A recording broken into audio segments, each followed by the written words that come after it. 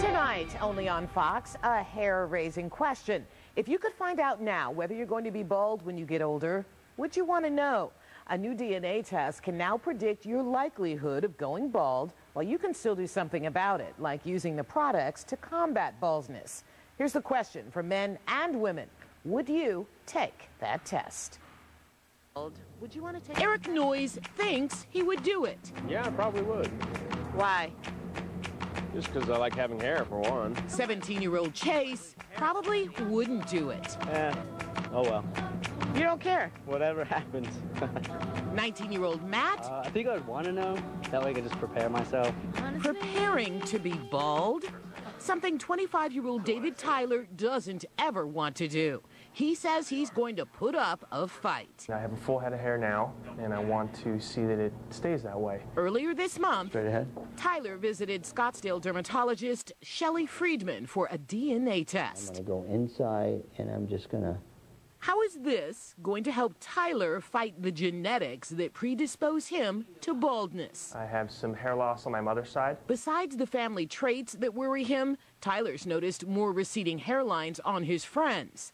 He says the hair loss affects much more than just their appearance. They're increasingly concerned about how they look. Maybe they're wearing more hats, or they're not as confident as they should be or they were previously. Dr. Friedman, a dermatologist who specializes in hair restoration, will send Tyler's DNA to the HairDX genetic test lab.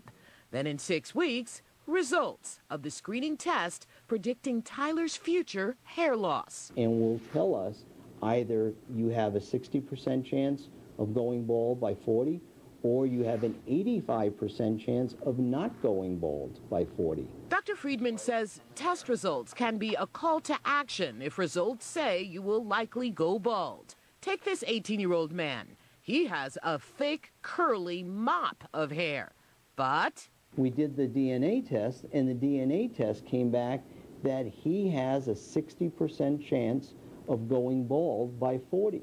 Back out on Valley streets, I continue my survey, even asking women if they want to know their chances of going bald. Is that a test you would be interested in taking? No. Why? I don't know. I guess if I go bald, I go bald. Dr. Friedman says 40 million men experience baldness and thinning hair problems in this country. What's more surprising, he says 30 million women also experience those problems. Stephanie Paulus worries she might be one of them someday. Especially if it's you come from a family that has balding men and women with thinning hair, you better take a close look because you're next in line. Paulus is having Dr. Friedman send her DNA to the lab to diagnose her risk for hair loss. Open up. Well, I want to know, absolutely. Now, the cost of the DNA test, $150 for the entire process, says Dr. Friedman. And, of course, the benefit of knowing is then you can use those anti-balding products like Propecia and Rogaine and stop yourself from going bald, he says.